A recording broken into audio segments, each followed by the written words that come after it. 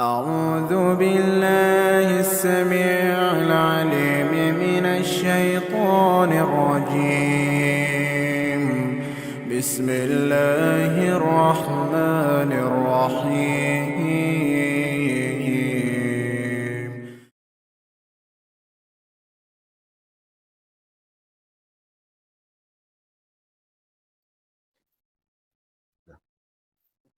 Bismillahirrahmanirrahim. Assalamualaikum warahmatullahi wabarakatuh. Innal hamdalillah nahmaduhu wa nasta'inuhu wa nastaghfiruh wa na'udzu billahi min shururi anfusina wa sayyiati a'malina. May yahdihillahu fala mudilla lahu wa may yudlilhu fala hadiya lahu. Asyhadu an la ilaha illallah wahdahu la syarika lahu wa asyhadu anna Muhammadan abduhu wa rasuluh.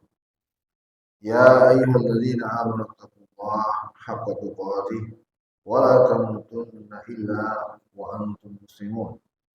يا أيها الناس اتقوا ربكم الذي خلقكم من نفس واحدة وخلق منها زوجها وبث منهما رجالا كثيرا ونساء.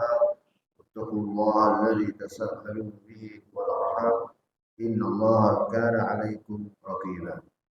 يا أيها الذين آمنوا اتقوا الله قولوا قولا سديدا يصلح لكم أعمالكم ويغفر لكم ذنوبكم ومن يطع الله ورسوله فقد فاز فوزا عظيما.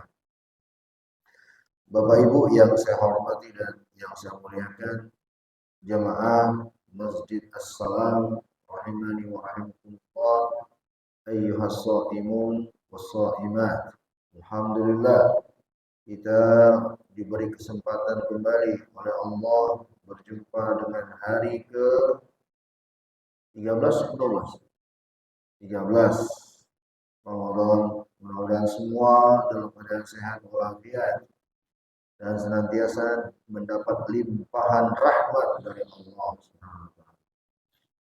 Yang ingin saya ingatkan sebagai pendahuluan majelis kita pada kali ini untuk mengingatkan dan menyadarkan kita kembali. Oh hadirin, tidakkah kita menyadari bahwa kita berarti sudah melewati 12 hari Ramadan. Kita telah melewati 12 hari. Angka 12 itu sudah cukup banyak, 12 hari. Dan apakah ada di antara kita yang sampai detik ini belum begitu menyadari akan kemuliaan hari-hari Ramadan? Kalau masih ada, ketahuilah hadirin yang saya hormati dan yang saya muliakan, bahwa hari Ramadan satu harinya itu adalah hari yang sangat diidam-idamkan oleh mereka yang telah meninggal di dalam kuburnya. Kata Imam Ibnul Jauzi, "Laukila li ahli kubur tamannau yauman min Ramadan."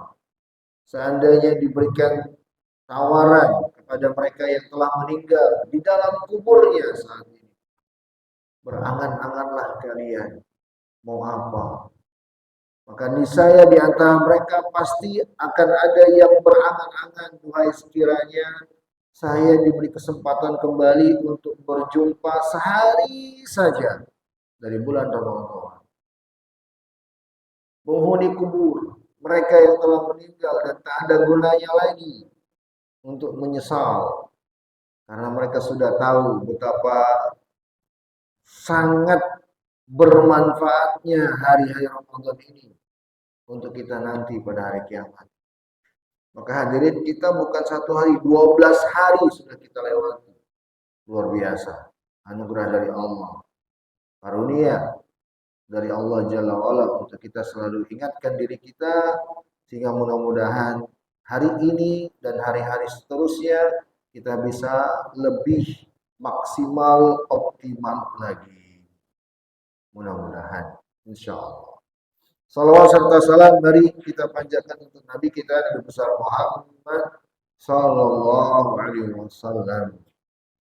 Kisah pada pertemuan kali hari ini adalah tentang 3 orang yang terjebak di dalam goa.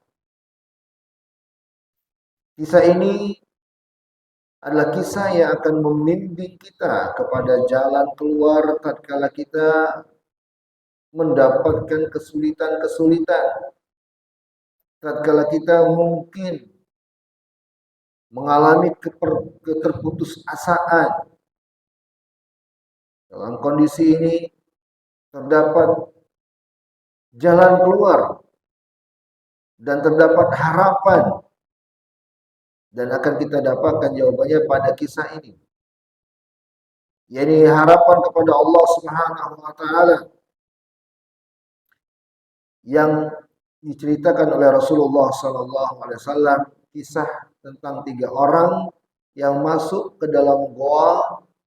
Lalu tiba-tiba ada sebuah batu besar yang jatuh dari atas gunung, lalu batu besar itu menutup pintu goa tersebut. Maka akhirnya mereka masing-masing bertawasul kepada Allah dengan amalan yang pernah mereka lakukan. Lalu mereka panjatkan doa kepada Allah.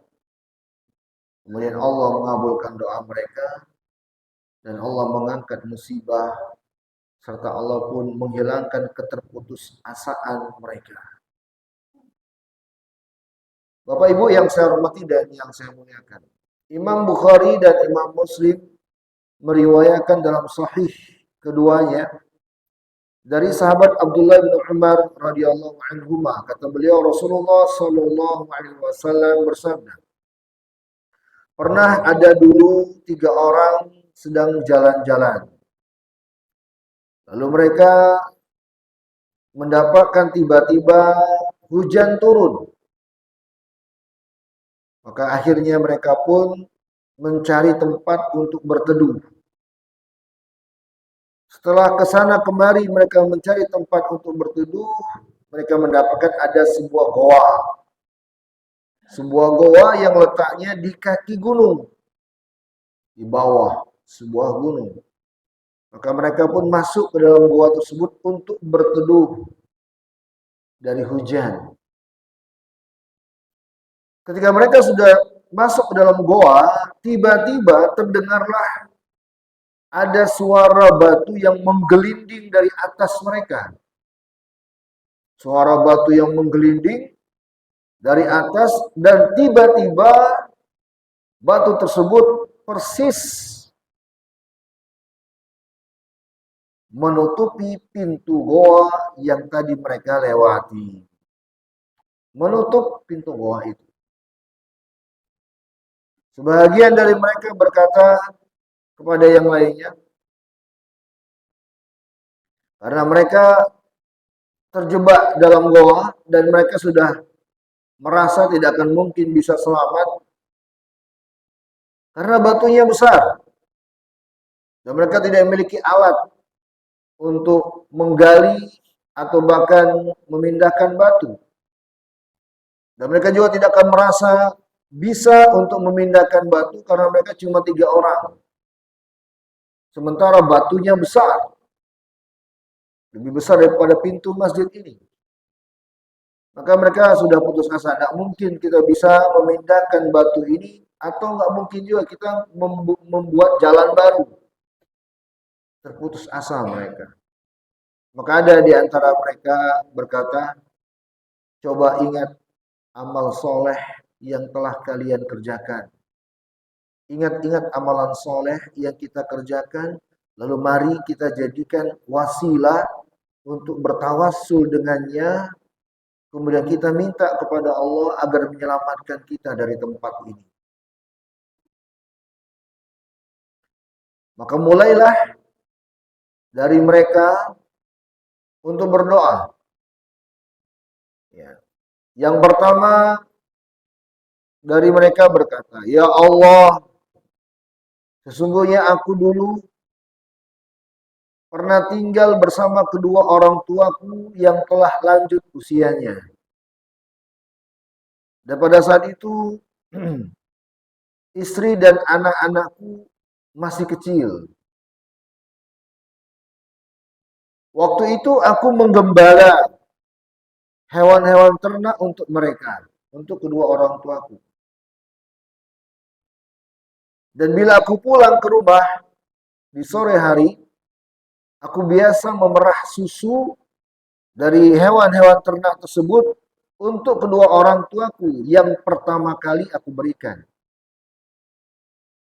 Lalu setelah mereka, aku berikan susu dari perahan tadi untuk keluargaku, istri dan anak-anakku. Ya Allah, suatu hari ketika aku menggembala hewan ternak cukup jauh tempatnya, sehingga membuatku akhirnya pulang terlambat, kesorean, menjelang malam. Dan ternyata aku mendapatkan kedua orang tuaku telah tertidur lelap. Tertidur. Maka aku pun, kata orang pertama ini, tetap memerahkan susu seperti biasa. Aku masukkan dengan wadah bejana dan aku bawa seperti biasa untuk kedua orang tuaku yang pertama kali. Namun karena kedua orangku telah tertidur lelap, maka aku pun berdiri di samping mereka untuk menunggu hingga mereka terjaga. Ya Allah, aku tidak memberi susu ini untuk anak istriku sebelum kedua orang tuaku. Padahal ya Allah, anak-anakku menangis, merasakan lapar dan ingin minum susu, merengek-rengek di bawah kakiku. Namun ya Allah, aku tetap melakukan apa yang biasa aku lakukan untuk mendahulukan kedua orang tuaku. Sampai akhirnya terbit fajar. Ya Allah, jika Engkau mengetahui bahwa yang aku lakukan ini hanya karena-Mu, mencari ridha-Mu, ya Allah, bukalah pintu goa ini agar kami bisa melihat langit. Selesai doa orang pertama. Kata Nabi, setelah itu ternyata Allah menggerakkan menggerakkan batu yang menutupi goa tersebut sedikit gerak. Tapi masih belum bisa untuk mereka keluar darinya. Telah bergerak batunya, walaupun sedikit. Kemudian yang kedua berkata, ya Allah, sesungguhnya aku mempunyai sepupu perempuan.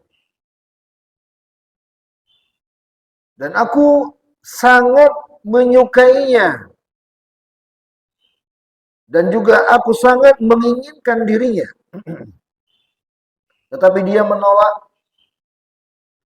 dan tidak menerimaku. Sampai akhirnya suatu saat dia membutuhkan uang dan aku pun memberinya pinjaman 100 dinar.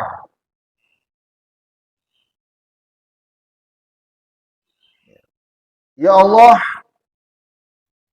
aku pun bekerja keras untuk bisa mengumpulkan uang sebanyak itu, sehingga akhirnya terkumpullah 100 dinar untuk aku pinjamkan dan berikan, serahkan kepada sepupu wanita tersebut. Dan di saat itu, karena aku ingin mendapatkan dirinya, aku pun meminta kepadanya agar menyerahkan dirinya kepadaku. Ya Allah, ketika sepupu perempuanku tersebut telah menyerahkan dirinya kepadaku, dan aku pun telah duduk di antara kedua kakinya, dia berkata, wahai hamba Allah, bertakwalah engkau kepada Allah. Jangan pernah engkau membuka cincin kecuali dengan haknya. Mendengar ucapan sepupuku tersebut, ya Allah, aku pun meninggalkannya karena takut kepadamu. Ya Allah, jika engkau mengetahui bahwa yang aku lakukan tersebut karena mencari wajahmu, mengharapkan ridhamu, takut kepadamu, kiranya bukalah pintu goa ini dari batu tersebut. Selesai doanya, kata Nabi, batu besar itu bergeser sedikit lagi. Kemudian yang ketiga berkata, ya Allah, sesungguhnya aku dulu pernah memperkerjakan salah seorang pekerja yang aku beri upah dengan sebanyak 1 farak besar. Farak ini kumpulan uang. Pekerjaku tersebut selesai menunaikan pekerjaannya, dia minta berikan haknya. Lalu aku pun memberikan upah 1 farak untuknya. Tetapi dia menolaknya. Seterusnya, akhirnya upahnya tersebut aku kumpulkan, kemudian aku jadikan beberapa ekor sapi, sekaligus aku gembalakan dari sapi tersebut, mengembangbiakkan darinya. Kemudian pada suatu hari pekerjaku tersebut datang kembali dan meminta haknya. Dengan mengatakan, bertakwalah engkau kepada Allah, jangan menzalimi diriku, jangan menzalimi hakku. Maka aku katakan kepadanya, pergilah engkau, itu sapi-sapi berikut penggembalaannya, ambillah, semuanya ini milikmu. Pekerjaku tersebut mengatakan, jangan engkau mengolok-ngolokku, bertakwalah kepada Allah, karena dia merasa upahnya nggak sebanyak itu. Maka aku katakan kepadanya, aku tidak mengolok-ngolokmu, ambillah semua sapi itu dan penggembalaannya. Lalu ia pun akhirnya mengambil semua sapi itu tanpa ada yang tersisa satupun. Ya Allah, jika engkau tahu bahwa aku melakukan semua ini untuk mendapatkan wajahmu, ridhamu, maka bukakanlah pintu goa ini dari batu tersebut.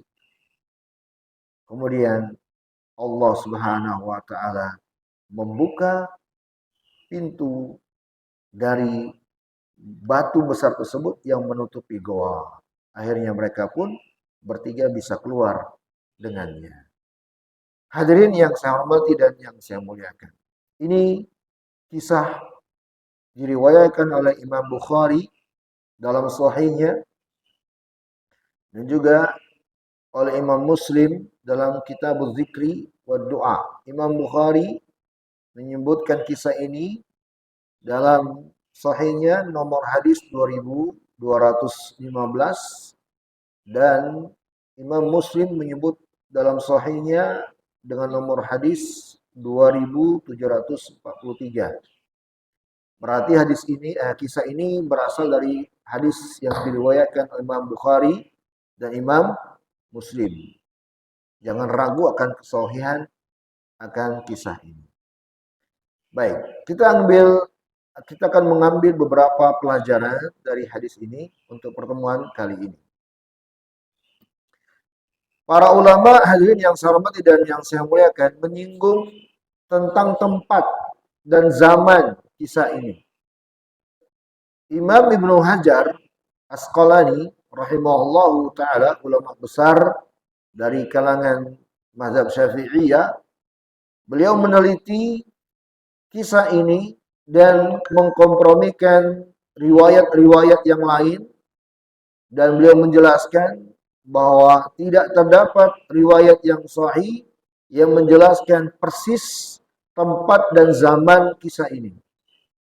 Hanya ada beberapa riwayat akan tetapi dhaif yang disebut oleh Imam At-Tabrani dari Uqbah bin Amir dalam permasalahan atau bab doa bahwa 3 orang yang disebut dalam kisah tadi itu adalah 3 orang dari kalangan Bani Israel. Dan apa yang ditunjukkan oleh hadis itulah yang lebih kuat, ya, bukan berpijak kepada hadis dhaif tadi. Akan tapi menarik kesimpulan dari riwayat hadis yang sahih, 3 orang yang disebutkan dalam kisah tadi, yang pastinya mereka semua adalah muslim yang bertauhid, mengesahkan Allah semata, dan mengisyaratkan kaum mereka juga demikian. Karena dalam kisah tersebut ditunjukkan pada peristiwa sepupu wanita dari salah seorang mereka tadi yang mengingatkan akan hendaknya takut kepada Allah dari berbuat zina. Ini menunjukkan mereka adalah orang-orang yang taat kepada Allah Subhanahu wa taala.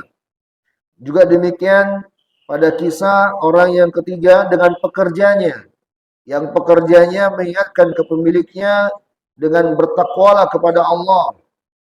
Ini semua menunjukkan akhlak yang luhur dan mencerminkan ketauhidan mereka kepada Allah Subhanahu wa taala.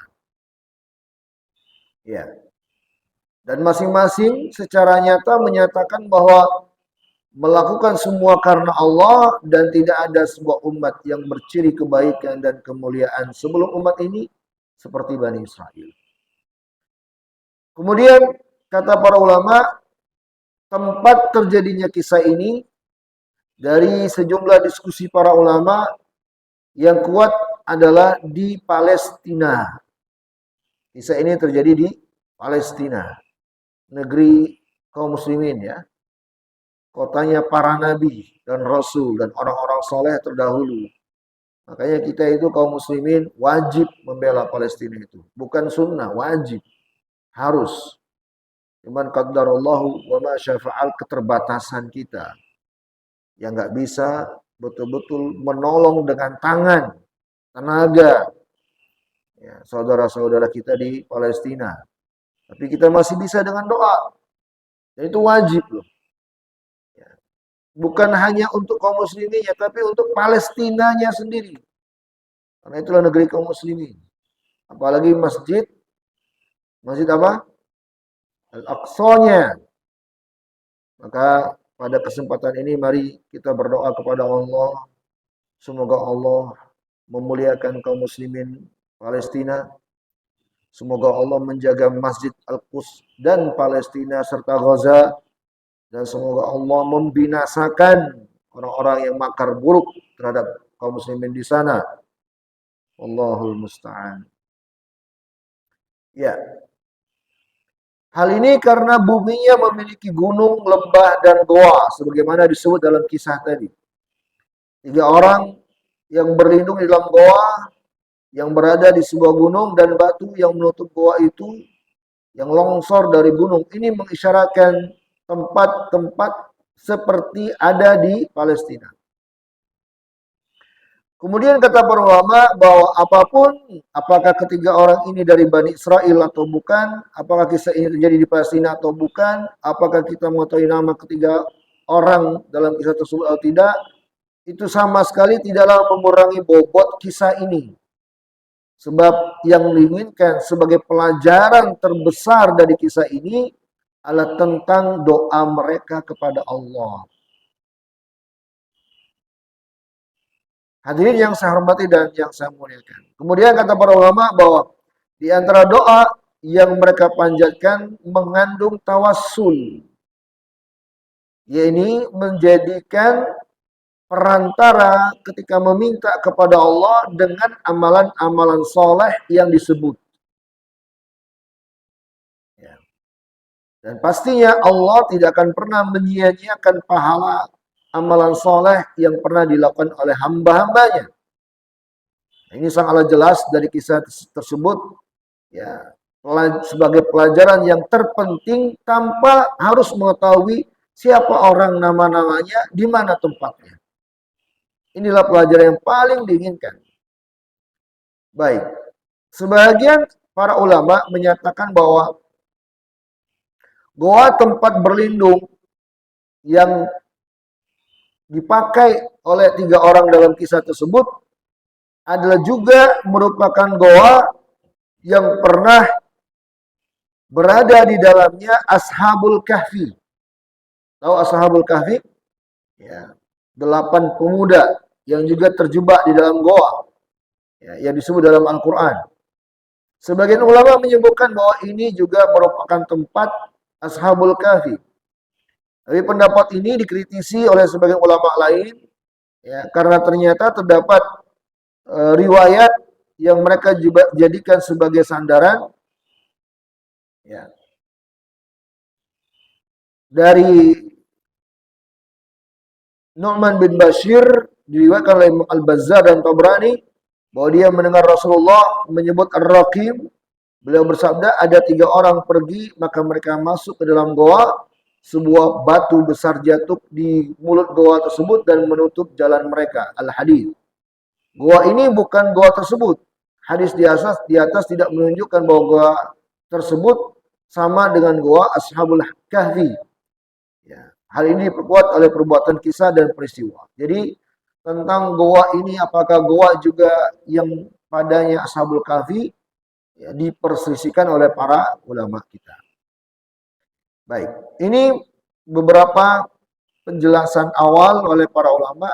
Adapun penjelasan hadis, bahwa kisah ini bercerita tentang 3 orang yang pergi meninggalkan rumah mereka untuk berjalan-jalan, atau bisa jadi mencari kebutuhan pokok untuk keluarga mereka.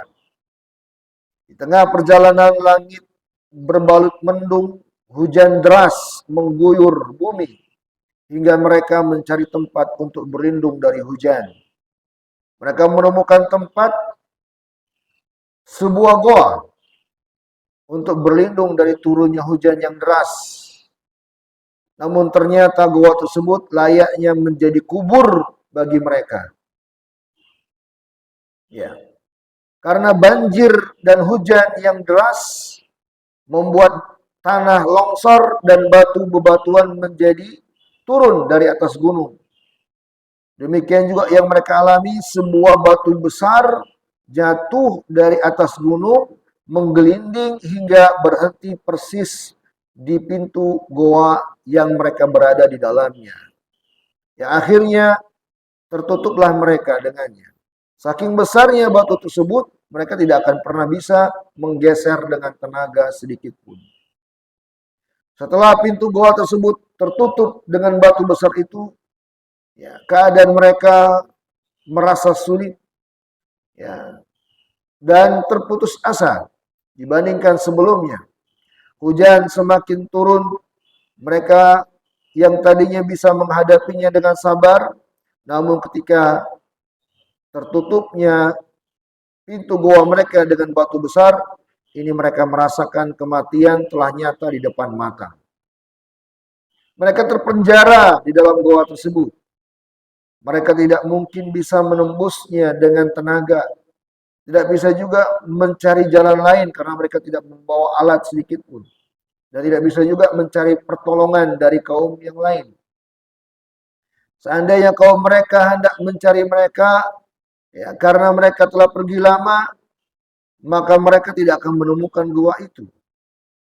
Jejak kaki yang mereka tinggalkan akan hilang, dihapus oleh hujan yang deras dan banjir, sebagaimana angin menghapus jejak kaki di pasir. Bahkan seandainya ada orang yang lewat sekalipun, ya, mereka mungkin juga tidak akan tahu apa-apa dan tak menyadari bahwa mereka ada di dalamnya. Karena teriakan mereka tidak akan melebihi dinding-dinding goa yang telah melapisi goa tersebut. Jadi keadaan mereka hadirin betul-betul udah putus asa, mati sudah. Dalam kondisi seperti itu, ya, hamba-hamba menyadari bahwa keselamatan mereka hanyalah kepada Allah. Dan hanyalah Allah yang mengetahui di mana mereka berada. Dan hanyalah Allah yang betul-betul bisa menolong mereka. Dan hanyalah Allah yang melihat lagi mendengar mereka. Karena mereka betul-betul meyakini dalam keadaan seperti itu, tidak ada yang samar bagi Allah di langit dan di bumi. Ini kan luar biasa.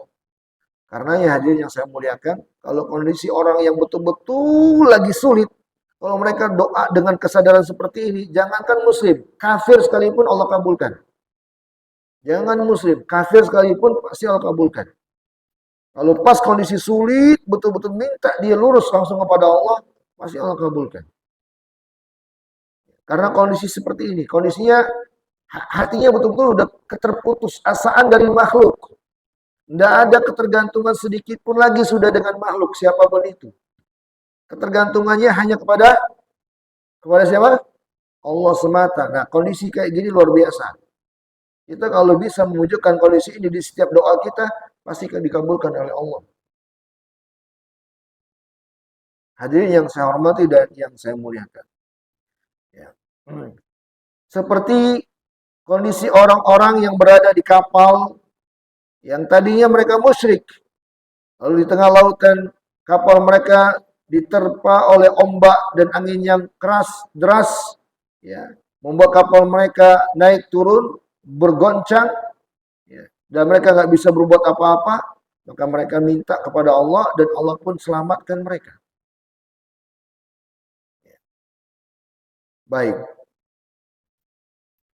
Dalam kondisi seperti ini, hadirin yang saya hormati dan yang saya muliakan, Allah Subhanahu wa taala menjelaskan di beberapa tempat dalam Al-Qur'an, di antaranya di surat Luqman ayat ke-32. Dan apabila mereka dilamun ombak yang besar seperti gunung, mereka da'awallaha mukhlishina lahuddin. Mereka berdoa kepada Allah penuh dengan keikhlasan. Allah kabulkan doa mereka. Dan juga di surat Yunus ayat ke-22, Allah terangkan ketika mereka-mereka yang berlayar di lautan, yang tadinya mereka musyrik, lalu mereka diterpa oleh ombak yang sangat besar, angin yang sangat kencang, lalu mereka serta-merta berdoa minta kepada Allah penuh dengan ketulusan dan keikhlasan, maka Allah Subhanahu wa taala menyelamatkan mereka.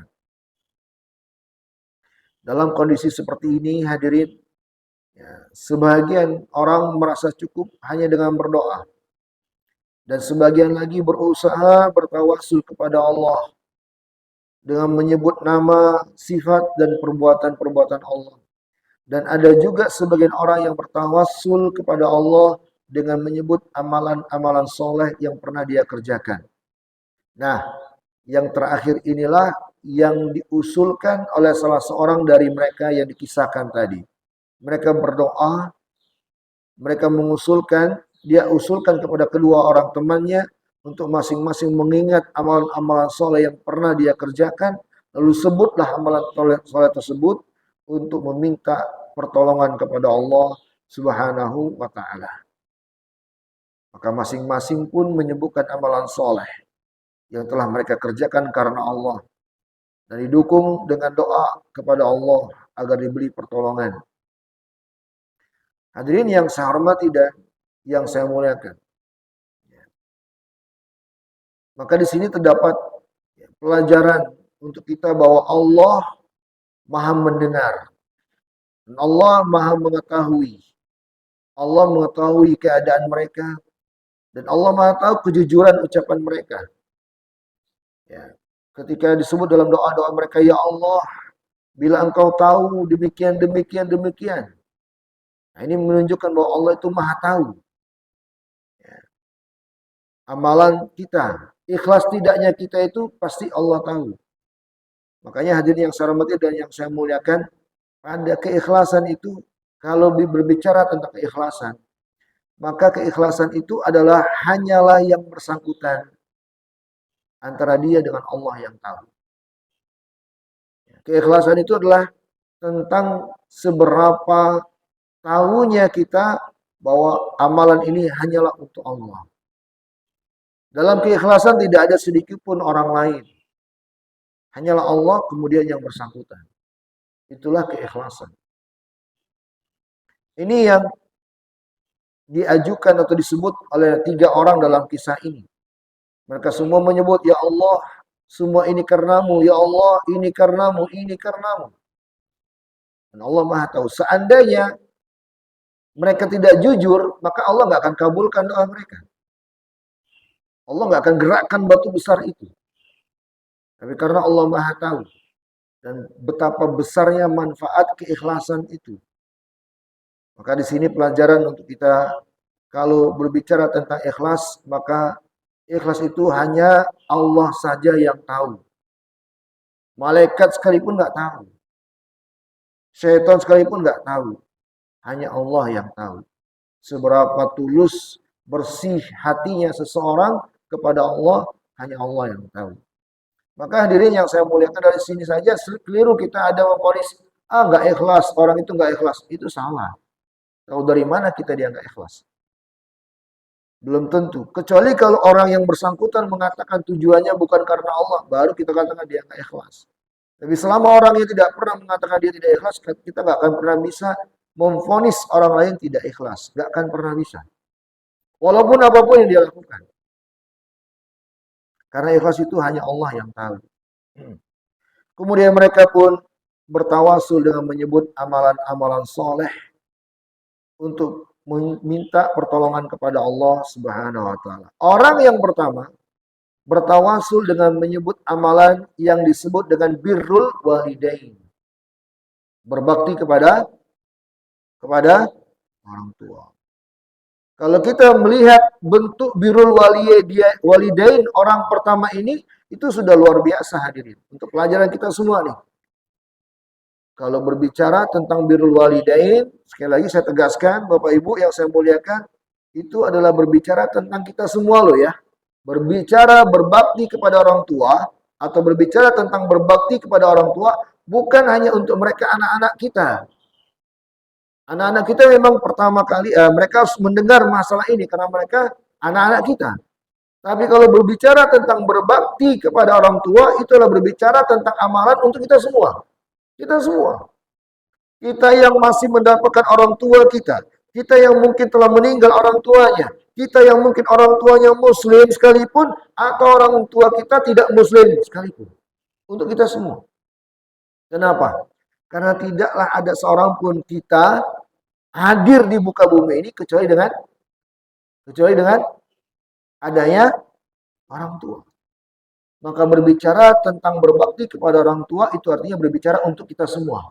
Untuk bapak-bapak di sini yang mungkin udah lanjut usianya, ibu-ibu di sana yang udah lanjut usianya, untuk semua yang masih muda di sini, apalagi yang masih anak-anaknya, berbakti kepada orang tua untuk kita semua.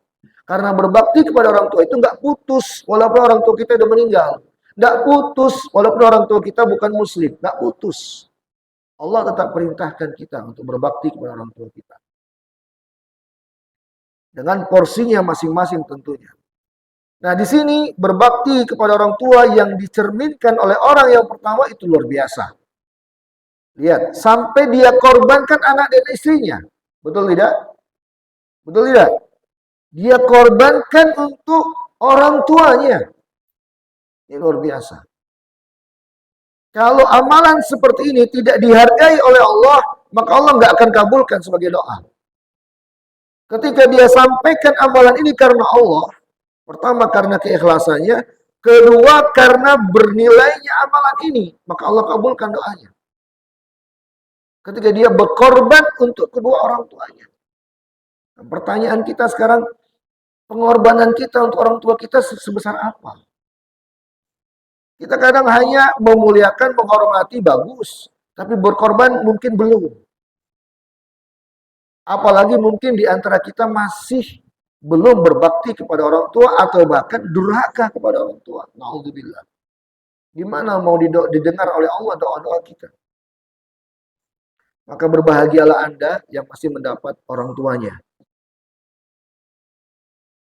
Karena mereka adalah pintu menuju surga. Dan kebahagiaan Anda tidak terputus bila kedua orang tua telah meninggal. Karena berbakti kepada orang tua kita yang telah meninggal, masih bisa dengan mendoakan kebaikan untuk mereka. Semoga Allah merahmati kedua orang tua kita yang masih hidup atau yang telah meninggal. Semoga Allah mengampuni dosa-dosa mereka. Dan semoga Allah senantiasa merahmati mereka. Baik, ini yang pertama. Ya, yang kedua, dia bertawasul dengan ketakwaan atau rasa takutnya kepada Allah yang luar biasa. Di saat ingin melakukan perbuatan maksiat yang tidak ada penghalang lagi sudah. Tidak ada penghalang lagi sudah. Ketika dia telah bisa melakukan perbuatan zina dengan mudahnya. Penyebab untuk berbuat itu sudah sangat besarnya. Potensi untuk itu berbuat sangat besar. Karena si wanita terkait hutang dengan jumlah yang besar, tidak mampu bayar. Dia pasrahkan dirinya. Dan dia sudah berada di hadapan wanita itu. Tidak ada penghalang. Namun dia teringat dengan ucapan si wanita, bertakwalah kepada Allah. Langsung tergetar hatinya. Langsung takut kepada Allah Subhanahu wa ta'ala. Lalu dia jadikan doa. Hadirin yang saya hormati dan yang saya muliakan, ini adalah potret cerminan iman yang sempurna dari seorang hamba. Yaitu ketika dia langsung merasa takut kepada Allah Subhanahu wa ta'ala ketika diingatkan. Ini hadirin yang saya muliakan, pelajaran dari kisah orang yang kedua. Ketakwaannya kepada Allah tercermin dengan rasa takutnya belum mendapatkan azab, bukan karena azab, tapi ketika mendengar peringatan, takutlah engkau kepada Allah, mendengar nasihat. Kita kadang dinasihati, kamu tahu apa, kan gitu. Dan kadang kita nggak mau mendengar nasihat bahkan. Allahul musta'an. Kemudian orang tersebut langsung meninggalkan perbuatan maksiat yang tidak ada penghalang lagi sudah. Kita kadang maksiat walaupun ada penghalangnya, masih diusahakan untuk melakukannya. Allahul musta'an. Maka orang tersebut akhirnya menjadikannya sebagai doa dan Allah pun kabulkan doanya. Orang yang ketiga bertawasul dengan memberikan upah karyawan atau pekerjanya yang telah dia kembangkan menjadi banyak. Hadirin yang saya hormati dan yang saya muliakan, untuk orang yang ketiga ini disebut karena amanahnya menjaga harta milik orang lain dengan sebaik-baiknya. Karena dia sebenarnya mampu untuk mengembalikan harta pekerjanya sebatas upahnya. Betul tidak? Betul tidak? Sebatas upahnya aja bisa dia. Dan tidak ada yang memaksa dirinya untuk mengembangbiakkan harta karyawannya itu, pekerjanya itu. Dan sah-sah saja kalau dia mengambil dari perkembangan usaha tersebut karena masih bagian dari hartanya. Tapi karena amanahnya dia, betul-betul menjaga amanah dengan sebaik-baiknya. Dia serahkan semua tanpa ada yang tersisa dari hasil pengembangan harta, uang upah pekerjanya tersebut. Maka dia pun menjadikan sebagai doa dan Allah Subhanahu wa ta'ala pun mengabulkan doanya. Hadirin yang saya hormati dan yang saya muliakan, faidah dan pelajaran-pelajaran yang bisa kita petik dari kisah ini, yang pertama, terdapat anjuran untuk kita senantiasa memperbanyak amal soleh. Yang mungkin saat ini kita belum bisa merasakan langsung manfaat amalan tersebut. Tapi suatu saat kita sangat membutuhkan amalan-amalan soleh. Maka perbanyaklah amalan soleh. Untuk suatu saat kita bisa sangat membutuhkannya. Kemudian dari kisah ini juga terdapat pelajaran disyariatkannya bertawassul dalam doa. Tawassul adalah cara dalam meminta kepada Allah dengan menyebut beberapa hal yang disyariatkan. Pertama, menyebut nama atau sifat Allah. Yang kedua, menyebut amalan-amalan soleh yang disyariatkan. Atau menyebut, kalau di masa Nabi hidup, kehormatan beliau. Itu di masa Nabi hidup. Tawasul yang disyariatkan. Kita kan bisa nih minta langsung kepada Allah. Misalnya saya berdoa nih, ya Allah, berilah hamba rezeki yang melimpah ruah, yang halal dan thayyib. Ini namanya langsung minta kepada Allah. Langsung menyebut, ya Allah berilah aku ini dan ini. Ya Allah aku minta ini dan itu. Langsung menyebut Allah. Ini namanya minta langsung. Nah tawasul itu adalah ketika kita minta kepada Allah, ya Allah dengan nama-namamu yang indah dan mulia. Ya Allah, wahai engkau yang maha pemberi rezeki. Ya Allah, wahai engkau yang maha kaya. Lalu baru menyebut permintaannya. Nah, ini tawasul namanya. Tawasul dengan menyebut nama atau sifat Allah. Atau tawasul dengan amalan soleh. Ya Allah, dulu aku pernah begini-begini, melakukan amalan ini dan ini, hanya karenamu ya Allah. Ya Allah, aku minta kepadamu ini dan ini. Ini tawasul dengan amalan soleh. Itu disyariatkan. Oleh karena itulah, pelajaran yang ketiga, kata para ulama, betapa besarnya manfaat keikhlasan itu. Jangankan di akhirat, di dunia saja bermanfaat sudah untuk yang mengamalkan amalan dengan keikhlasan. Contoh nyata pada kisah ini. Belum kelak di akhirat, surga dengan keindahannya untuk mereka yang ikhlas dalam beramal. Dunia sudah Allah berikan manfaat. Orang-orang yang ikhlas akan senantiasa dijaga oleh Allah Subhanahu wa taala. Maka hadirin yang saya hormati dan saya muliakan, mari kita senantiasa menjaga keikhlasan untuk semua amal ibadah kita. Salat kita, puasa kita, lakukan betul-betul hanya karena Allah. Lakukan betul-betul hanya karena mengharapkan kebaikan, balasan dari Allah Subhanahu wa taala. Tidak selain itu. Baik. Kemudian faedah yang lain. Betapa besarnya manfaat berdoa ketika saat genting kepada Allah Subhanahu wa taala. Karena kondisi genting itulah biasanya membuat seseorang ketergantungannya kepada sesuatu lebih mudah. Kondisi genting itu. Orang akan mudah tergantung kepada sesuatu karena dia sangat mengharapkan pertolongan. Betul tidak? Kondisi genting itu kan akan mudah membuat orang tergantung hatinya. Tergantung kepada apa dan siapa, ya kembali kepada kondisi yang bersangkutan. Kalau dia melakukan perbuatan kesyirikan kepada benda-benda mati, pasti dia akan tergantung kepada benda-benda mati. Kalau dia tergantung kepada biasa dengan manusia, orang-orang dekatnya, orang tuanya, siapapun, dia akan tergantung orang-orang itu.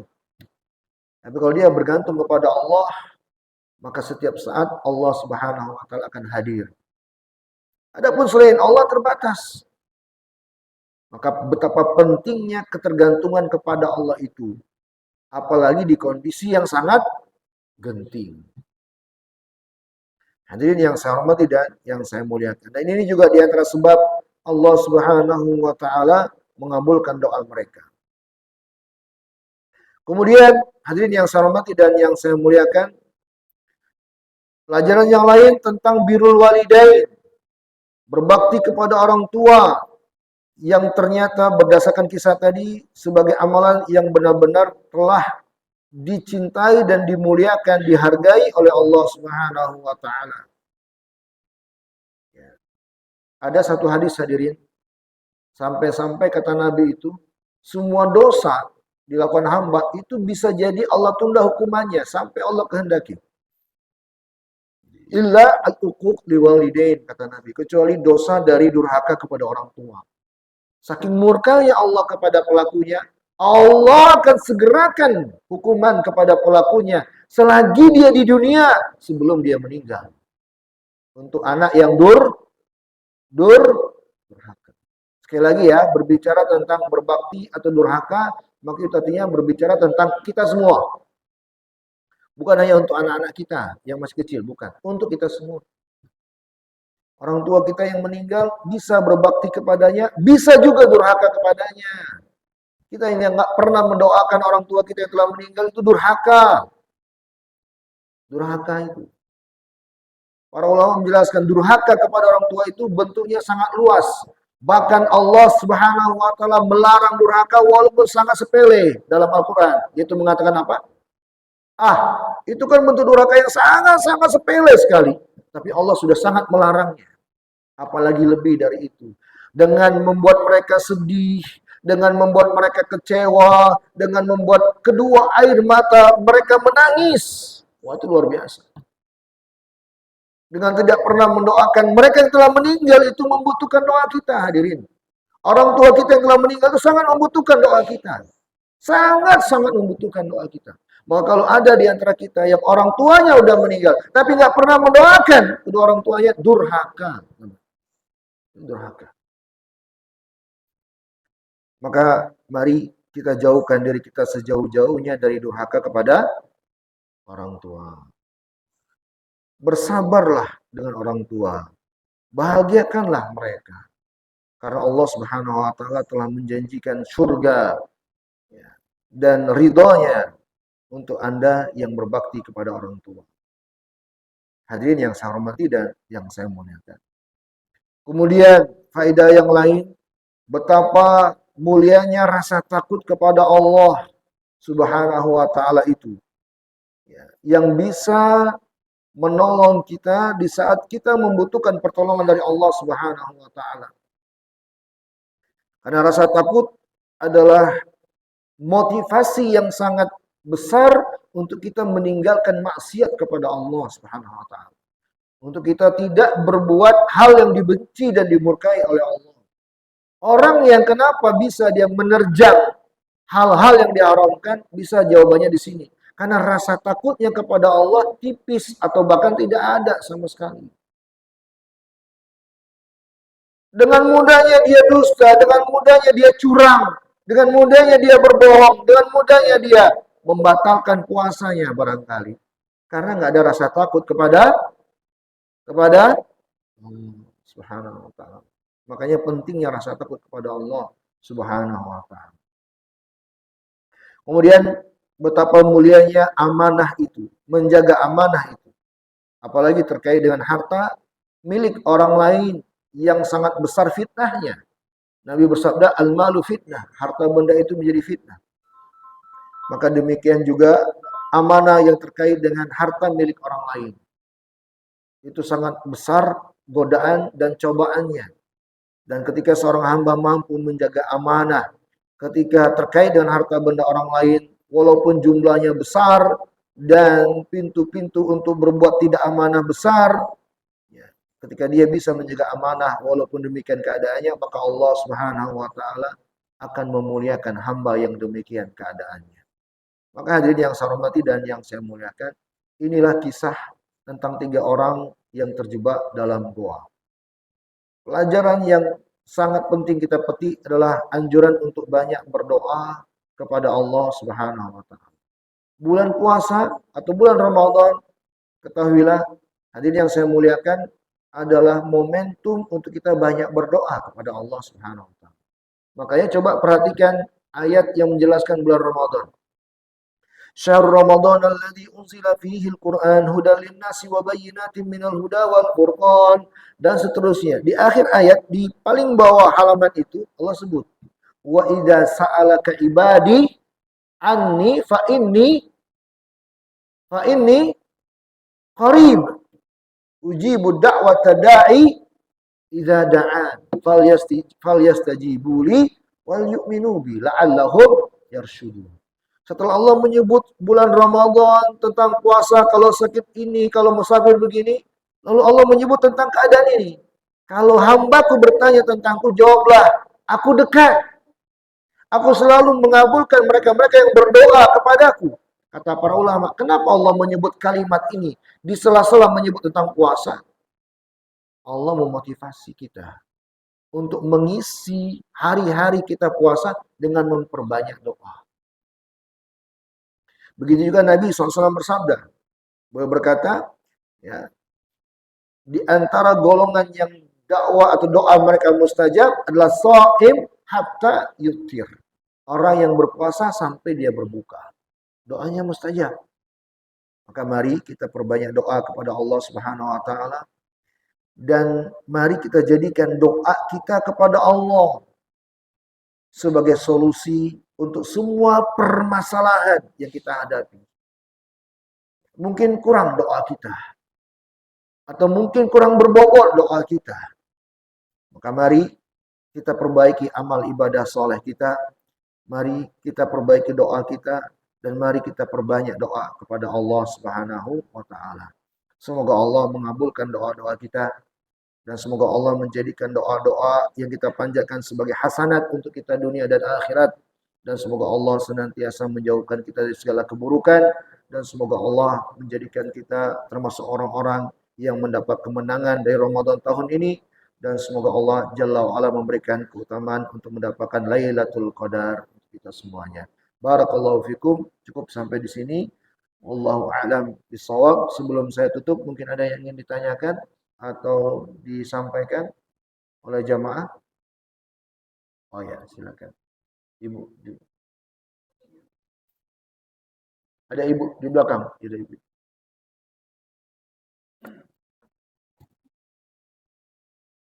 Itu yang di belakang nggak nyala.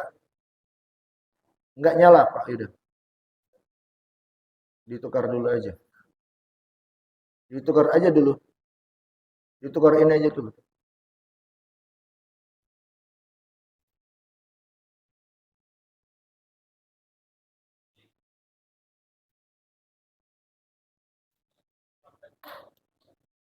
Wassalam.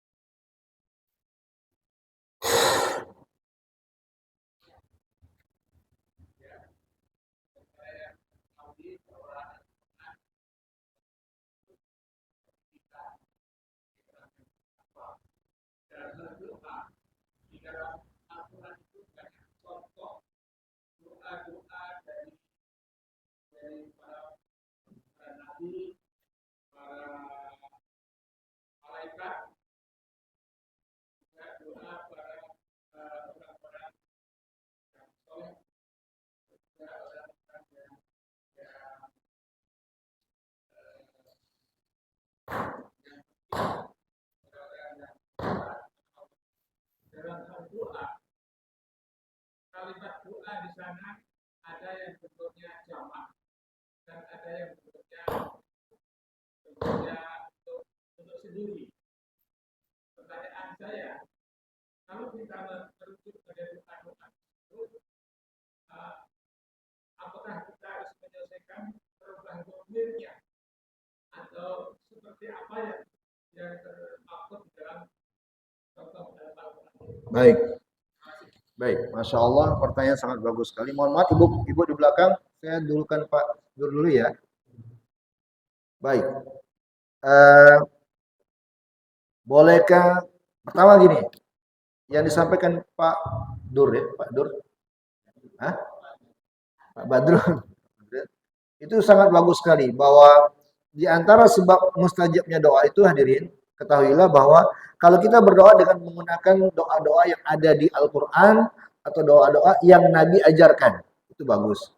Tapi persoalannya adalah, bolehkah kita mengganti kata domir yang ada di Al-Quran atau hadis tersebut?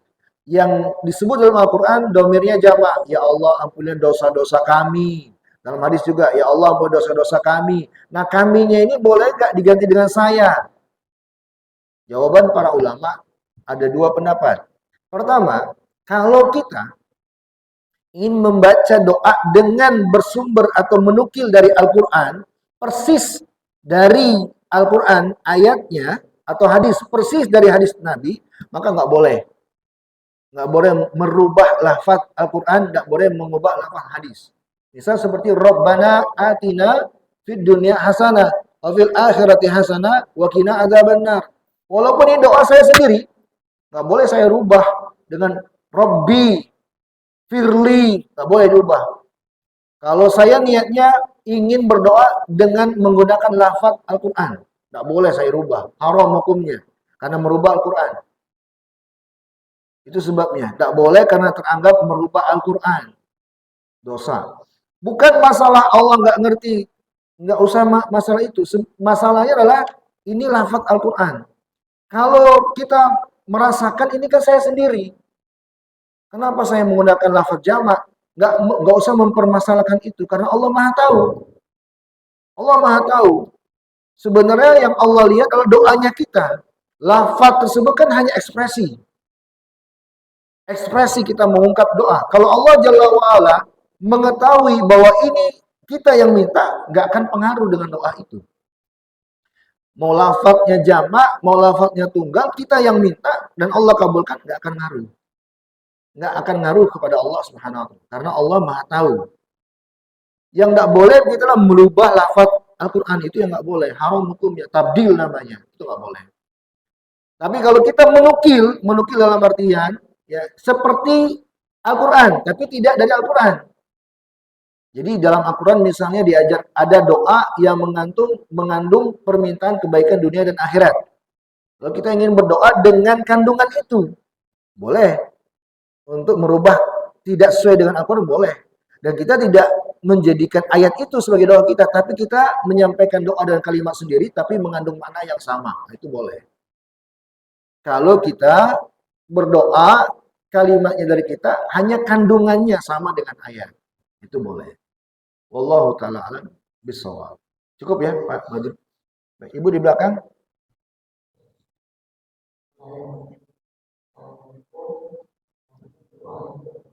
Waalaikumsalam. Ya.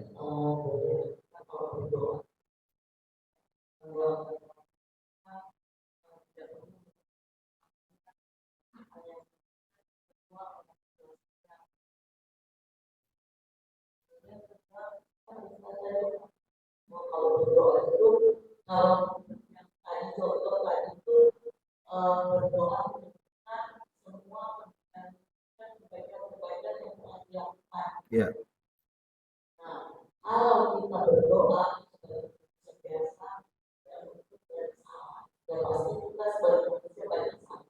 Kalau kita menyebutkan kesalahan-kesalahan kita, dosa-dosa kita, kejelekan-kejelekan kita, kemudian kita berdoa apakah kita dibenarkan. Baik, Masya Allah. Baik. Waalaikumsalam warahmatullahi wabarakatuh. Ya, pertanyaan pertama Ibu, tidak memang diharuskan menyebut nama. Cukup sebenarnya mengatakan, ya Allah, ampunilah dan rahmatilah ayah ibuku. Allah Maha tahu. Oh, dalam doa, tidak ada keharusan menyebut nama. Seandainya kita nggak melafadzkan saja, kan Allah Maha tahu dalam hati. Yang terbersit di hati kita, terlintas di hati kita, kan Allah Maha tahu. Tetapi ada kondisi perlu menyebut nama. Ada kondisi perlu menyebut nama. Ada kondisi-kondisi. Misalnya kalau kita ingin mengumrohkan orang tua kita yang sudah meninggal, atau ingin berinfak atas nama orang tua kita, itu perlu menyebut nama untuk identifikasi. Itu perlu. Tapi bukan sebuah syarat. Kata para ulama itu bukan sebuah syarat, hanya keperluannya untuk identifikasi. Tanpa menyebut nama sekalipun, Allah Maha tahu. Yang kita inginkan dengan amalan ini, doa ini untuk siapa, Allah Maha tahu. Jadi tidak harus, Ibu. Tidak harus. Boleh, silakan Ibu memperbanyak doa, ya Allah, ampunilah, rahmatilah kedua orang tuaku. Boleh. Itu Allah Maha tahu. Kalau disebut kedua orang tua kan tidak ada yang lain selain orang tua kita. Pertanyaan kedua, Ibu, jangan pernah berkecil hati. Betul, kita semua pasti punya dosa. Pasti, kita nggak ada merasa bahwa kita ini sempurna. Tapi justru dengan berpijak dari kita sadar kita banyak dosa lah, semangat untuk berdoa kepada Allah dengan menyebut amalan-amalan soleh yang barangkali pernah kita kerjakan. Jadi jangan pernah menjadi penghalang dosa kita. Nah, bahkan justru ketika kita sadar dengan kita punya dosa, bertaubatlah kepada Allah dari dosa itu dan ikhlaslah dalam taubat. Lalu jadikan wasilah dalam doa. Itu bisa. Ya Allah, aku meninggalkan. Seperti orang ketiga tadi kan. Orang ketiga tadi kan melakukan dosa itu. Tapi dia bertaubat dari dosa itu karena takut kepada Allah. Lalu dia jadikan sebagai wasilah dalam doanya. Allah kabulkan doanya. Jadi tidak selamanya berupa amal baik, Ibu. Berupa kebajikan, tidak selamanya bentuknya itu. Tapi justru dengan amalan buruk kita, lalu kita bertaubat kepada Allah dari perbuatan buruk itu bisa menjadi wasilah. Jadi jangan pernah berkecil hati, jangan pernah berputus asa dari rahmat Allah. Allah Subhanahu wa taala memotivasi kita dalam ayatnya, Qul li ibadiyalladzina asrafu ala anfusihim la taqnatu min rahmatillah. Innallaha yaghfiru dzunuba jami'a. Innallaha huwal ghafurur rahim. Katakan kepada hamba-hambaku, jangan pernah berputus asa dari rahmat Allah. Karena Allah itu maha luas rahmatnya, mengampuni semua dosa-dosa yang ada tanpa terkecuali. Nah, Allah itu maha pengasih lagi maha penyayang. Jadi jangan pernah berkecil hati. Ya, memang ada orang yang merasa malu karena dosanya kepada Allah, merasa nggak punya kesempatan lain. Kata para ulama, justru ini bentuk bujuk rayu syaitan sebenarnya, agar dia menjauh dari doa kepada Allah, jauh dari tobat kepada Allah. Justru ini bentuk bujukan syaitan. Jadi jangan pernah menjadikan alasan untuk tidak berdoa dan meminta kepada Allah Subhanahu wa taala. Begitu Ibu, wallahu a'lam bishawab. Ya, ada lagi? Cukup? Cukup. Baik, kalau begitu kita akhiri dengan walhamdulillahirabbil alamin. Subhanakallahumma bihamdika asyhadu an la ilaha illa anta astaghfiruka wa atubu ilaik. Wabillahi taufiq wal hidayah. Assalamualaikum warahmatullahi wabarakatuh.